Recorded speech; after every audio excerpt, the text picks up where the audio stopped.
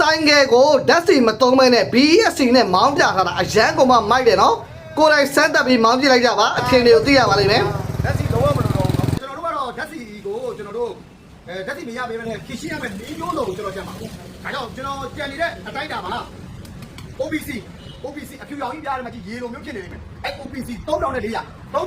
15မိုင်သွားမယ်လို့ကျွန်တော်ယူဆတယ်အဲ့ဒါကြောင့်ကျွန်တော်ဖြည့်ရှင်းတယ်ခဏကြည့်လိုက်ပါခဏဒီတော့နိုင်တိုင်းကိုကျွန်တော်ချိန်ကာတော့ရောက်ခဲ့ပါတယ်ဒါ OBC လို့ကျွန်တော်ပြောထားပြီနော်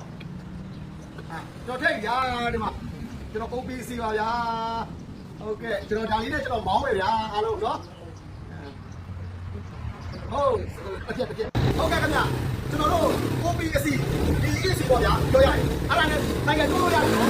မမလည်းတက်ပြီးလို့ဗျာကျွန်တော်တို့တော့ရှိတယ်ကျွန်တော်တောင်းမယ်ဟုတ်လားပြီနော်အဲ့ဒါကျွန်တော်တင်တာ3400ဒီမှာစလုံးလေးကိုနားတော့ကြည့်ပါဒါစလုံးလေးပါ3400 1လီတာ15မိုင်ပဲသွားလို့ရပါတော့ခါနော်โอเคကျွန်တော်တို့ဒီမှာကြည့်ကျွန်တော်တို့ OBC ခေါ် BSC ကျွန်တော်သူအဲ့ဒါနဲ့ထည့်ပေါင်းတာဟောင်းပြပါတယ်ဘာမှပြဿနာမရှိဘူးလုပ်ရရမယ်လုပ်ဖို့လိုတယ်အခုကျွန်တော်တိုးပြီဗျာကျွန်တော်မောင်းခွဲမှာတော့အဲ့ဒါဒီရက်ထုတ်သွားပြီအခုအောင်ပြီဘာမှဖက်ပိုက်တွေဆွဲကြရမလို့ဘာမှထောင်တော့လို့ရှောက်လေးတော့တော့ဆွဲဖို့လိုတယ်ရှောက်လေးတော့ကျင်းလည်အောင်ဆွဲပေးပါဒါကျွန်တော်မောင်းပဲဒါပြီးမယ်ဟောကျွန်တော်ပြီးပါလက်စီမလို့ဗျာလက်စီလုံးဝမလို့တော့ဟ